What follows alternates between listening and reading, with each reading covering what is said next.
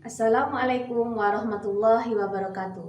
Perkenalkan, nama saya Betty Utami. Saya adalah guru SMA Negeri 4 Payakumbuh, mengampu mata pelajaran Pendidikan Agama Islam, sekaligus sebagai mahasiswa PPG dalam jabatan tahun 2022-2023 di LPTK UIN Bukit Tinggi dengan NIM 21122335. Pada hari ini, saya akan mengambil ujian kinerja praktek mengajar di SMA Negeri 4 Payakumbuh dengan materi Hidup Damai dengan Toleransi, Kerukunan dan Menghindarkan Tindak Kekerasan dengan submateri Sunnah Nabi berbicara masalah toleransi, kerukunan dan menghindarkan tindak kekerasan.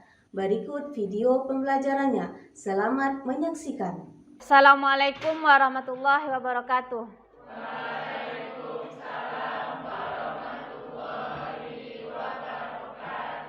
Ya, selamat pagi Ananda semuanya. Bagaimana keadaannya sekarang? Ya, sehat. Alhamdulillah. Ada yang tidak datang? Banyak. Ya, jadi tidak apa-apa walaupun kita tidak semuanya hadir sekarang, tetapi kita patut mensyukuri karena kita sudah bisa tatap muka pada kesempatan hari ini. Baiklah Nanda, sebelum kita mulai pembelajaran hari ini, silakan dilihat dulu kondisi kelasnya apakah sudah bersih. Kalau masih ada siapa yang berserakan, silakan ambil dulu supaya kita belajarnya nyaman nanti. Ya. Kalau masih ada bangku yang masih di atas meja, silakan diturunkan dulu. Ya, dirapikan dulu. Ya.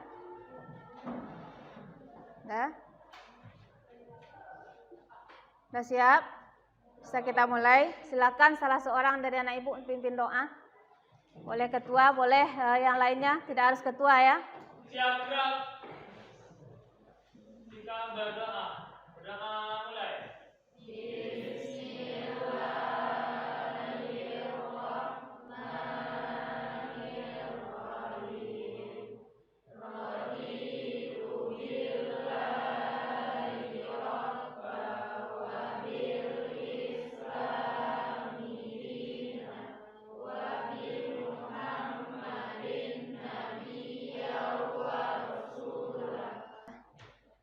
Alhamdulillah dengan pembacaan doa tadi, semoga pembelajaran hari ini berjalan dengan baik. Ya, karena tanpa ridho dari Allah tentu pembelajaran kita hari ini tidak berkah. Nah, jadi seperti biasa, Nanda kita lihat dulu absensi dari anak ibu siapa saja yang tidak hadir. Anissa Humaira. Ya. Nah, jadi alhamdulillah sekarang ada 18 orang ya. Baiklah Ananda semuanya, untuk pembelajaran hari ini ya, melanjutkan pembelajaran kita minggu lalu. Anak ibu masih ingat enggak pelajaran kita minggu lalu tentang apa? Tentang toleransi, hidup rukun dan menghindari diri dari tindak kekerasan. Sejauh ini yang sudah kita pelajari, masih ingat enggak anak ibu itu apa itu toleransi? Nah, siapa yang bisa jawab? Ya, Maira. Saling menghormati antara masyarakat yang berbeda. Ada lagi yang mau menambahkan? Ada? Atau udah bisa mewakili itu? Dah. Lanjut lagi. Masalah kerukunan, apa itu artinya rukun? Nah, siapa yang bisa? Ya.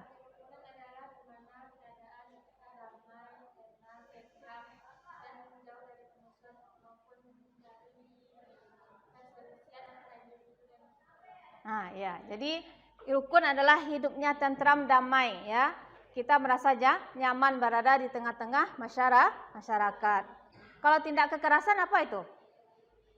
Kekerasan. Apa? Siapa yang bisa? Ada? Apa itu? Ya, Ailia. Nah, sifat yang tidak terpuji yang bersifat zalim yang harus kita hindari. Jadi itu adalah gambaran dari pembelajaran kita minggu lalu. Alhamdulillah masih ada yang ingat ya.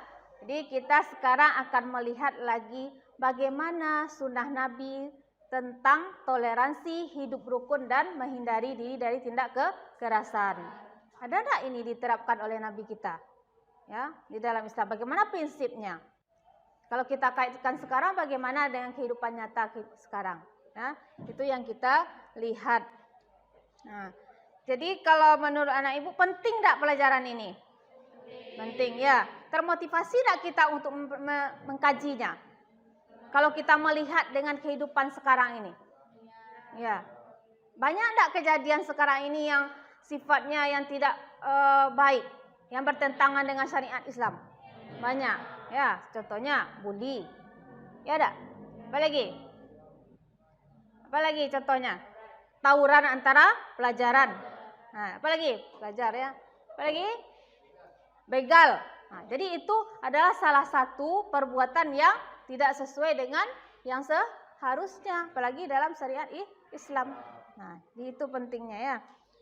Kita lihat apa saja ya kompetensi dasar yang harus anak-anak ibu ketahui. Yang pertama, meyakini bahwa agama mengajarkan toleransi, kerukunan dan menghindari diri dari tindak kekerasan. Yang kedua, bersikap toleran, rukun dan menghindarkan diri dari tindak kekerasan. Ini adalah implementasi dari pemahaman Quran surat Yunus ayat 40 dan 41 serta surah Al-Maidah ayat 32. Nanti apa hadisnya atau hadis yang terkait. Yang ketiga, menganalisis makna Quran surat Yunus ayat 40-41, Quran surah Al-Maidah ayat 32 serta hadis tentang toleransi, hidup rukun dan menghindari diri dari tindak kekerasan. Yang keempat, kita membaca ya Quran surat Yunus, Al-Maidah serta hadisnya. Yang kelima, mendemonstrasikan hafalan. Yang keenam, menyajikan keterkaitan antara kerukunan, toleransi dan menghindari diri dari tindak kekerasan. Ini adalah kompetensi dasarnya secara umum. Nah, ini secara umum nih. Nah, indikator capaiannya apa? Ya. Indikator capaiannya setelah kita belajar ini, ya, kita terbiasa membaca Al-Quran dengan tartil. Nah, ini secara umum. Yang kedua, terbiasa bersikap toleransi, rukun dan menghindari diri dari tindak kekerasan. Yang ketiga, memahami makna dari toleransi, kerukunan dan menghindari diri tindak kekerasan. Yang keempat, menganalisis hukum tajwidnya. Yang kelima, menampilkan bacaan. Yang keenam, mempraktekkan hafalan. Yang ketujuh, menyajikan keterkaitannya. Yang ketujuh-tujuhnya ini adalah indikator capaian setelah ibu mempelajari materi ini. Ya, ibaratkan kita berjalan tentu ada tujuannya. Apa yang harus kita tuju? Ya, apa yang kita dapatkan setelah kita mempelajari ini? Nah, tentu ada. Nah, inilah gambarannya. Semoga kita nanti bisa mencapai ini ya. Nah, ini gambar apa? Ingat. Tawuran antar pelajar. Tawuran antar pelajar ini di sekolah kita ada tidak terjadi? Ada? Ada. Ya, pasti ada. Nah, bagaimana ini kita hindari? Ya, tawuran antar pelajar ini. Kalau ini adalah pelajar yang terdidik tetapi kok perbuatannya masih seperti orang yang tidak terdidik. Seharusnya kita tidak lagi seperti ini. Karena kita sudah besar dalam artian sudah berpendidikan yang diberikan nilai-nilai karakter. Tapi kok masih ada juga seperti ini? Apanya yang kurang? Ya, apakah pengetahuannya selama ini yang kurang? Apakah penerapannya atau bagaimana? Nah, ini kan gambarannya. Nah, kalau ini ada enggak juga terjadi? Ada, ya. Di samping sisi negatif ada juga sisi positif. Pernah kita lakukan? Oh, pernah. Ini adalah gotong royong antar sesama siswa. Walaupun ada juga nanti siswa yang malas, yang sering memanfaatkan temannya. Kita lihat. Ini ada juga. Ini ada tokoh-tokoh apa nih? Tokoh-tokoh agama yang ada di Indonesia. Ini berbeda enggak keyakinannya? Ini berapa orang nih? Berbeda enggak? Beda. Tetapi bisa enggak hidup berdampingan damai? Inilah prinsip ini yang akan kita lihat nanti. Pada hadis Nabi. Dari gambar di bawah ini. Ya. kalau kita lihat secara umum, ya, kata-kata toleransi ini adalah satu sikap, konsep untuk menggambarkan, ya, saling menghargai. Apa yang kita hargai? Perbedaan apa saja yang ada di tengah masyarakat kita, ya, etnis, bahasa, apalagi budaya, politik, maupun agama sekalipun. Kita tidak perlu jauh-jauh melihat, kita lihat aja di lingkungan sekolah kita ini. Ya, di sekolah kita ini ada enggak yang berbeda agama, teman-teman? Ada. Bagaimana sikap kita kepada mereka? Toleransi. Nah, bagaimana konsep toleransi yang terbuat beragama? Menghargai perbedaan agama dalam artian kita tidak mencampuri urusan agama mereka dan mereka pun tidak mencampuri urusan agama kita. Nah, itu konsepnya untuk agama. Itu masalah toleransi. Hidup rukun. Nah, nih. Rukun, keadaan hidup tenang, damai, bersaudara, tidak bermusuhan antara satu individu dengan individu lainnya, individu dengan kelompok lainnya dengan kelompok yang satu lagi dengan pemerintah. Nah, itu adalah hidup rukun namanya. Coba bayangkan bagi anak ibu ketika anak ibu pergi sekolah tapi tidak merasa nyaman di dalamnya. Enak nak pergi sekolah? Tidak. Malas nak kita kalau kita nak nyaman pergi sekolah? Malas kita pergi kan? Karena apa? Mungkin ada penyebabnya membuat kita tidak nyaman. Nah, jadi perlu tak hidup rukun nih? Perlu. Ya, kedamaian itu perlu. Supaya aktivitas dalam kehidupan sehari itu berjalan dengan baik. Tanpa kedamaian dan kenyamanan pasti kita merasa tidak tenang untuk melakukan sesuatu hal. Ya. Nah, kita lihat lagi tindak kekerasan. Nah, termasuk perbuatan zalim, termasuk dosa besar yang tidak boleh dilakukan. Sekarang ibu mau tanya dulu, tindak kekerasan ini berupa apa saja? Siapa yang bisa jawab? Berupa apa saja? Apa nak? Berupa fisik dan non fisik. Contohnya berupa fisik. Mark Kelin, apa itu berupa fisik? Contohnya kekerasan berupa fisik. Berupa fisik, kekerasan yang berupa fisik, apa contohnya? Tawuran. Tawuran yang mengakibatkan cedera. Ya, contoh yang berupa non fisik, apa? Menghina seseorang, ya, membuli seseorang. Nah, itu adalah yang non fisik, yang tidak nampak, tetapi dia itu adalah nyata sebetulnya. Mental kita yang kena. Ya, tindak kekerasannya. Nah, itu adalah yang harus kita hindari. Kita lihat lagi, ya. Rasulullah berbicara masalah toleransi, hidup rukun dan menghindari tindak kekerasan. Nah, tentu selaku umat Islam, panutan kita, suri teladan kita adalah Rasulullah. Tak bisa kita terlepas dari ini. Di samping Al-Quran juga ada hadisnya. Ada enggak? Nah, kita lihat karena penerapannya di hadis ini.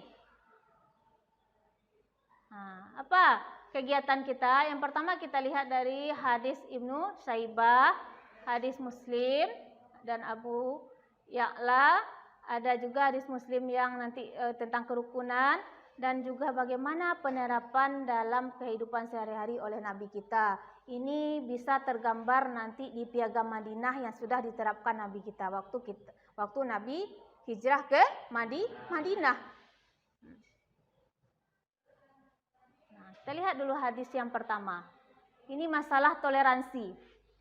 Ya, siapa yang mau bisa baca salah seorang? Yuk tangan hadisnya. Ada? Wa qaulun Nabi sallallahu alaihi wasallam ahabbud dini ilallahi al-hanifiyah samhah. Nah, artinya apa? Coba baca. Ya.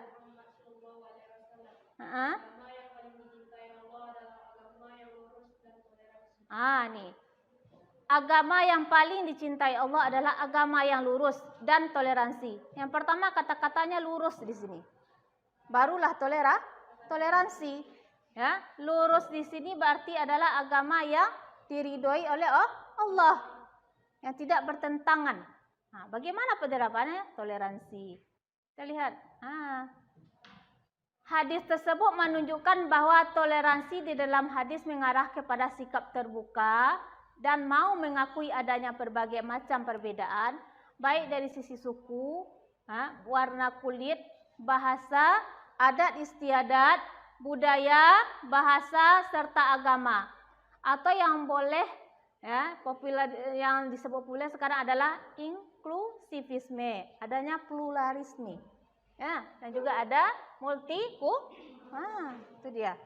Nah, itu dalam hadis yang tadi. Jadi toleransi di sini digambarkan adalah suatu menghargai. Menghargai yang mana? Warna kulit. Di sini ada enggak yang sama warna kulitnya? Bentuk kita ada enggak yang sama? Enggak.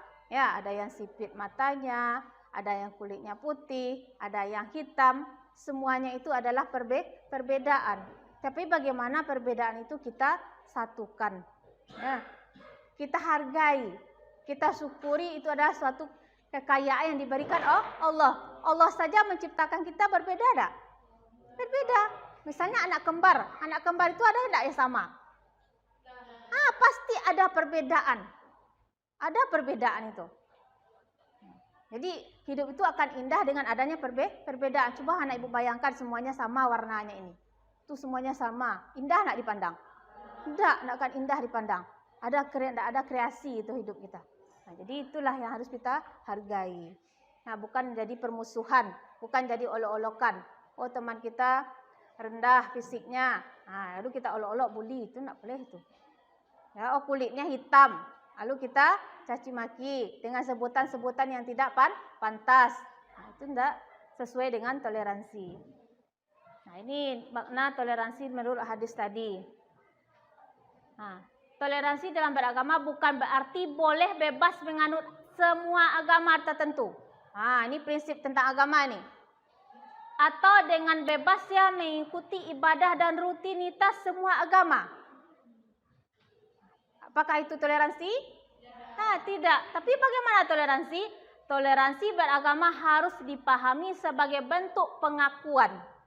Pengakuan sikap adanya agama-agama lain dengan segala bentuk sistem dan tata cara peribadatannya dan memberikan kebebasan kepada mereka.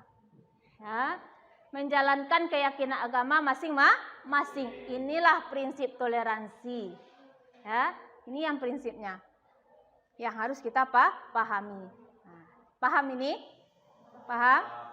Ada kita di sini menghargai teman yang berbeda agama, tapi kita ikut dengan dia menjalankan agamanya? Tidak kan? Silakanlah kalau kita belajar agama kita, ya kita belajar. Mereka boleh tidak ikut. Kita tidak paksakan duduk di sini. Silakan mereka juga belajar. Jadi itu salah satu buktinya. Itu toleransi. Kita lihat lagi. Ini hadis yang kedua. Hadis yang diriwayatkan oleh Muslim dan Abu Ya'la.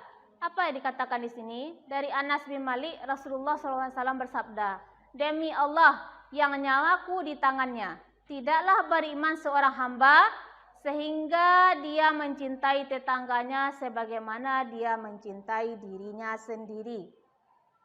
Kalau kita mencintai diri sendiri, bagaimana konsepnya? Apa-apa saja yang kita lakukan terhadap diri kita supaya tidak terjerumus kepada perbuatan yang tidak baik. Apa saja? Kalau kita mencintai apa? Menjalankan perintah Allah, meninggalkan larangannya. Berarti kita mencintai diri kita dalam artian itu hubungan kita dengan Allah. Dan juga ini hubungannya tentang kerukunan hidup bertetangga, bermasyarakat. Sini ya. Kita lihat. Nih. Yang tadi adalah hidup rukun di dalam masyarakat. Dalam artian kalau tetangga kita sakit, kita juga ikut merasakannya, merasa empati ya. Ikut merasakan, setidaknya kita datang ke rumahnya dan menjenguknya.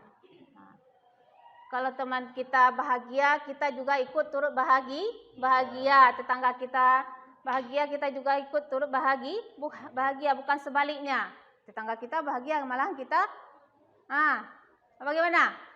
Iri. Apakah itu terjadi? Sering katanya. Itulah yang harusnya kita hindari dalam kehidupan. Ya, jangan orang bahagia kita merasa tidak bahagia. Jadi yang seharusnya bagaimana? Kalau ibaratkan satu tubuh, ya, perut kita yang sakit, mata kita bisa tidur? Tidak. Ya, gigi kita yang sakit, bisa kita makan? Tidak. Ibaratkan seperti itulah kita berdampingan hidup dengan tetangga kita bermasyarakat. Ya, kalau ada yang sakit tentu kita merasa khawatir. Kalau ada yang senang juga kita ikut senang. Ya. Tuh. Ini lagi. Ini lagi hadis yang ketiga. Kalau ada yang senang juga kita ikut senang. Ya. Tuh. Ini lagi. Ini lagi hadis yang ketiga. Hadis yang ketiga adalah hadis Sahih Muslim. Di sini barang siapa yang memberi isyarat atau mengacungkan senjata tajam kepada saudaranya, maka sungguh para malaikat melaknatnya meskipun saudaranya itu saudara kandung sendiri. Ini katakan saudara kandung adalah saudara yang terlahir dari ibu yang satu, ayah yang satu. Kalau kita perhatikan dengan kehidupan nyata sekarang, ada enggak ini terjadi, nak? Ada yang saudaranya memusuhi saudaranya yang lain? Ada saudaranya mengancam dan membunuh saudaranya? Ada. Itulah yang harus kita hindari. Ya, karena apa? Di sini tidak akan diridhoi. Malaikat saja tidak ridho, apalagi Allah. Jangankan malaikat manusia kita selagi muslim aja ridho enggak seperti itu melihat orang yang seperti yang menimbulkan tindak kekerasan. Suka enggak? Yang mengancam saudaranya, ya, dengan senjata, apalagi dengan kata-kata juga seperti itu. Ya, bisa. Karena ancaman ini tidak hanya dengan bentuk fisik, tapi juga bentuk mental, membuli orang. Ya, bisa fisik, bisa secara lisan. Menggosip itu termasuk enggak?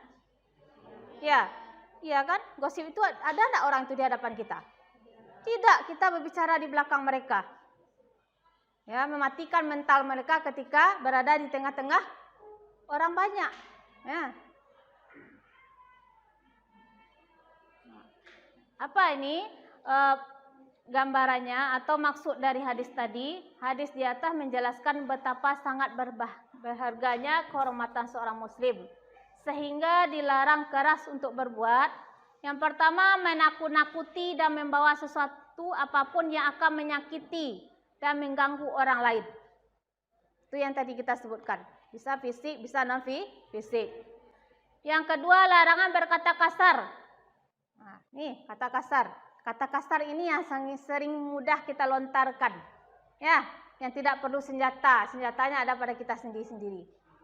Ya, memang lidah tidak bertulang, tetapi bisa mengeluarkan senjata yang ampuh untuk melukai orang lain.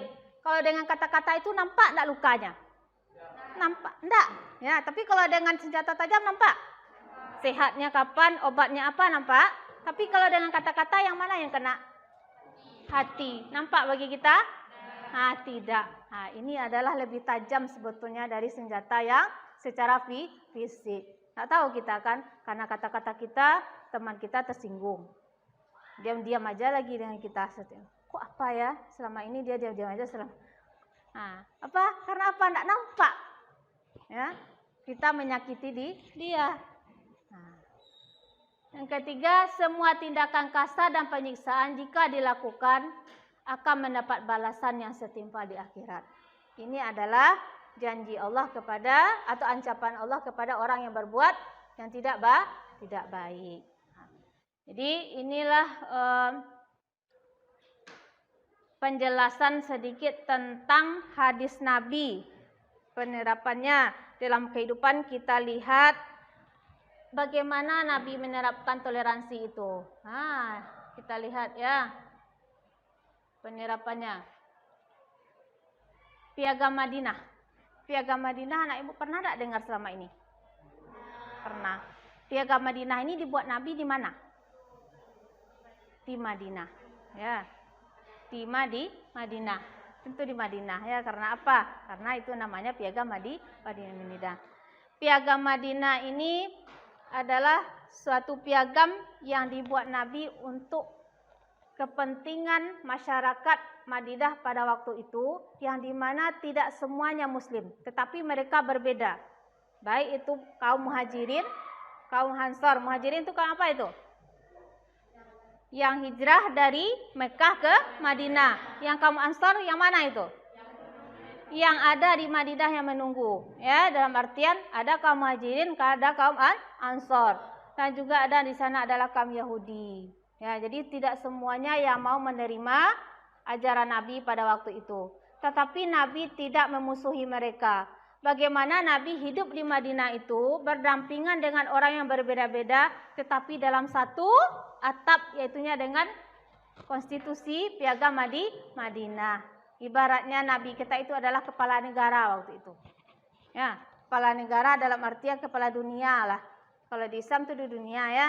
Kalau di Indonesia presiden kalau sekarang. Nah, tapi kalau di Islam tentu adalah presidennya dunia sifatnya. Rasulullah. Nah, inilah yang diterapkan Nabi. Piagam Madinah ini berisi 47 pasal yang mengatur kehidupan bersama warga bangsa Madinah.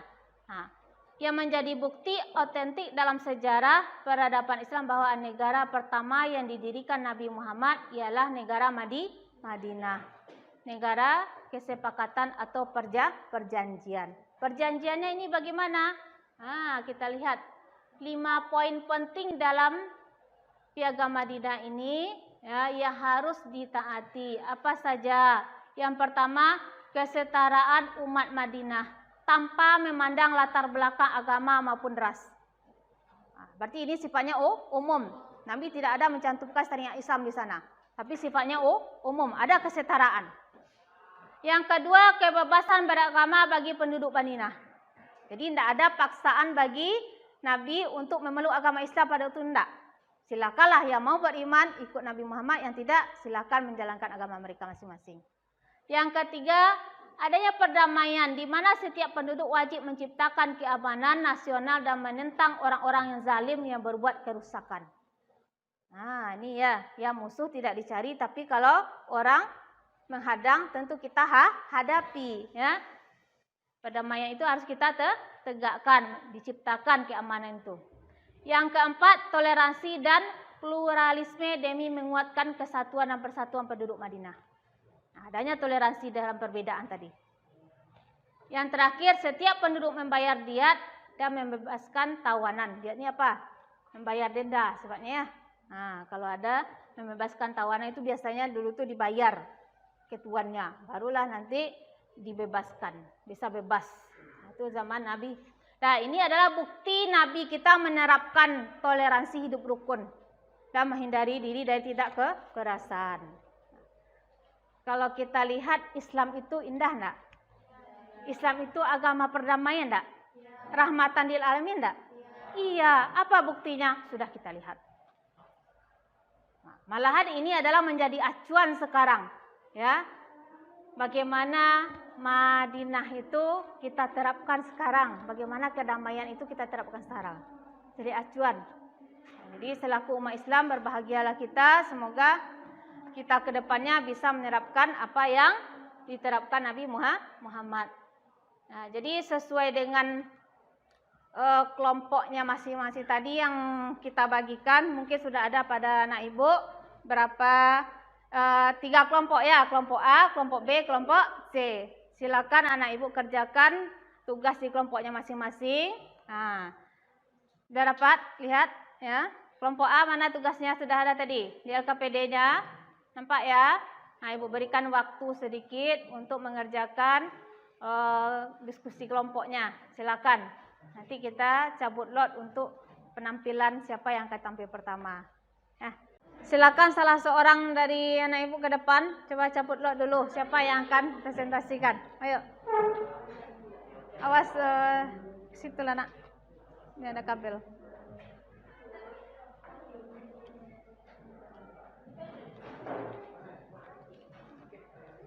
Cabut ya.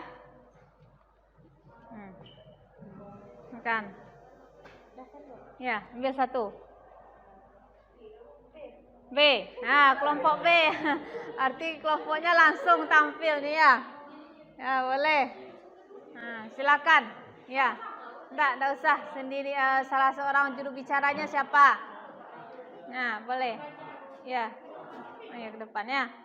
Baiklah, kami dari kelompok B akan membacakan hasil diskusi kami. Ya. Assalamualaikum warahmatullahi wabarakatuh.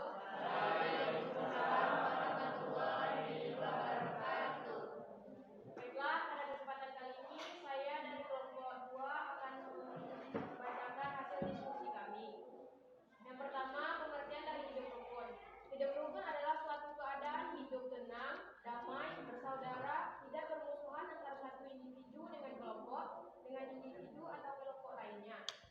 Yang kedua, pengertian dari kehidupan rukun dan penerapannya dalam kehidupan sehari-hari. Kehidupan rukun sudah berjalan dengan baik dalam kehidupan sehari-hari, namun baru sebagian. Contoh dari hidup rukun yaitu gotong royong atau kerja bakti, sedangkan yang belum yaitu tawuran antar pelajar, pembulian dan lain-lain. Begitulah diskusi kelompok kami. Apakah ada pertanyaan dari kelompok lain? Ya, silakan kalau ada pertanyaan satu atau duanya, silakan anak ibu yang lain. Boleh bertanya. Ya, karena kita sistemnya diskusi tentu tidak hanya datang dari orang yang diskusi aja, tapi juga dari anak ibu yang lain boleh bertanya. Silakan. Ada pertanyaan? Ada? Kelompok A ada? Kelompok C? Tidak ada. Berarti diterima apa yang disampaikan tadi. Ya, katanya toleransi gini ya. Kehidupan rukun sudah berjalan tetapi ada juga sebagian yang belum katanya. Ya, silakan kelompok B, kita makan dulu.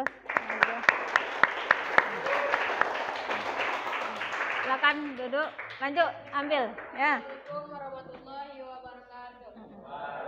Ambil lagi siapa yang akan ambil? Kelompok A, ya, lanjut.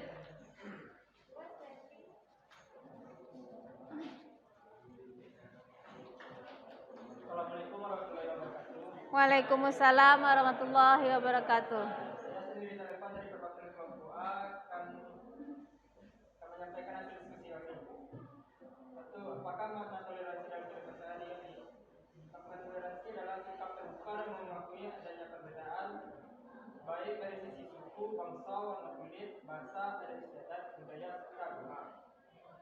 Dua, jika dikaitkan dengan kehidupan sekarang, apakah sudah tergambar rasa toleransi terhadap perbedaan adat? Belum tergambar sempurna karena masih adanya tindak kekerasan, kurangnya toleransi terhadap perbedaan yang ada. Sekian, apakah ada yang mau bertanya? Ya, silakan, itu tentang toleransi ya dalam kehidupan. Bagaimana kelompok lain? Ada yang ingin bertanya? Ya, Alia, kelompok B. Silakan. Pertanyaannya, contoh toleransi yang sudah tercapai seperti apa? Nah, ya, kelompok A coba tanggapi pertanyaan dari temannya. Contoh toleransi yang sudah tercapai seperti apa? Silakan didiskusikan di dalam kelompoknya.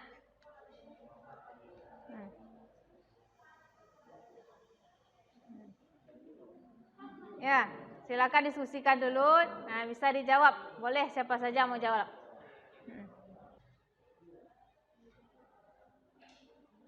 Ya, Winky. Bisa Winky. Nah, silakan. Saya akan menjawab pertanyaan dari Arya. Contoh toleransi wanita adalah menghargai kepercayaan teman sebaya maupun suku, ras atau agama. Gimana? Katanya menghargai ya perbedaan agama berarti ya di dalam kelas kita. Itu maksudnya dalam artian tidak mencampuri urusan agama mereka masing-masing. Ya, seperti itu Winky. Nah, ya. Nah, bagaimana jawabannya Alia? Alhamdulillah udah. Yang lain ada? Ada? Enggak. Nah, kita berikan dulu. Terima kasih ya. Nah, silakan kelompok yang terakhir, yang ketiga, kelompok 3. Ya, bisa Umaira lewat, Nak.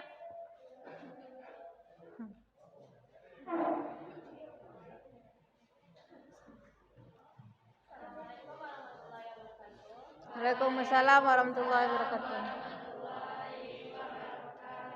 Saya Nisa Umaira, perwakilan dari kelompok C akan mempresentasikan hasil diskusi kami. Apakah bahaya tindakan kekerasan dalam kehidupan sehari-hari? Bahayanya, pertama, mengundang permusuhan. Kedua, merupakan perbuatan keji dan mendapatkan dosa. Ketiga, dapat mengakibatkan dendam antar manusia. Jelaskan pesan-pesan yang terdapat pada hadis di atas. Pesan-pesannya, yang pertama, larangan melakukan kekerasan terhadap saudara kandung. Yang kedua, malaikat melaknat orang-orang yang melakukan kekerasan terhadap saudara kandungnya. Bagaimana jika dihubungkan dengan kondisi saat ini? Pada masa sekarang banyak ditemukannya kekerasan yang dilakukan di sekitar lingkungan kita. Contohnya terjadinya tawuran antar pelajar dan pembulian yang akan dapat merusak mental seseorang. Maka dari itu, kita patut untuk menghindari dari tindakan kekerasan tersebut dengan menerapkan sikap-sikap yang telah diajarkan oleh agama. Nah, silakan. Apakah ada yang bertanya? Nah, silakan. Ada yang kelompok yang lain yang ingin bertanya yang kurang dipahami? Ada? Ada? Tidak? Cukup? Nah, berarti penampilan dari 3 kelompok udah semuanya kita akhiri dengan ya alhamdulillah. Nah, silakan. Waalaikumsalam warahmatullahi wabarakatuh. Nah, jadi dari hasil diskusi tadi, baik kelompok A, kelompok B, maupun kelompok C, ya, mungkin pembahasan kamu masing-masing sudah bisa dipahami, ya, atau ada yang tidak dipahami? Silakan bertanya. Ada dari materi kita ini? Ada? Insyaallah Pak, paham. Nah, jadi kesimpulannya apa pembelajaran hari ini? Apa kesimpulannya? Kesimpulan dari pembelajaran hari ini bagaimana tentang sunnah Nabi yang mengajarkan toleransi dalam kehidupan. Apa kesimpulannya pembelajaran kita hari ini? Apa? Yang pertama, menghargai dan menjamin hak azazi orang lain. Apalagi kesimpulannya, menghindari perselisihan dan permusuhan dalam kehidupan. Tidak menggunakan kekerasan fisik dalam mengambil menyelesaikan suatu urusan atau masalah. Yang kelima, bersikap terbuka terhadap saran yang membangun. Karena orang yang reflektif itu adalah orang yang mau berubah dari hari ke hari kepada yang lebih baik. Inilah yang poin 5 ini. Bersikap terbuka. Ya. Nah, dalam artian inilah yang harus kita terapkan dalam kehidupan sehari-hari. Nah, dari pembelajaran hari ini bagaimana rasanya? Sudah tergambar dalam benak kita apa yang akan kita lakukan? Nah, sebagai evaluasinya Ibu juga ingin minta saran daripada kalian bagaimana pembelajaran kita untuk kedepannya. Apakah ada saran atau kritiknya untuk hari ini? Silakan. Untuk perbaikan untuk yang akan datang. Ada? Apakah cukup baik atau gimana, Bu? Begini, Bu. Ada enggak masukannya? Silakan. Oh, udah cukup baik. Berarti peningkatannya lagi ya. Dan pertahankan yang ada. Ya, mudah-mudahan pembelajaran ini bermanfaat dan juga tugas anak Ibu minggu depan adalah menghafal dari salah satu hadis yang sudah kita pelajari tadi. Ya, kita mulai dari sekarang dan minggu depan kita apakan prakteknya, ya. Nah, jadi disudahi dengan wabillahi taufiq hidayah. Wassalamualaikum warahmatullahi wabarakatuh. Waalaikumsalam warahmatullahi wabarakatuh.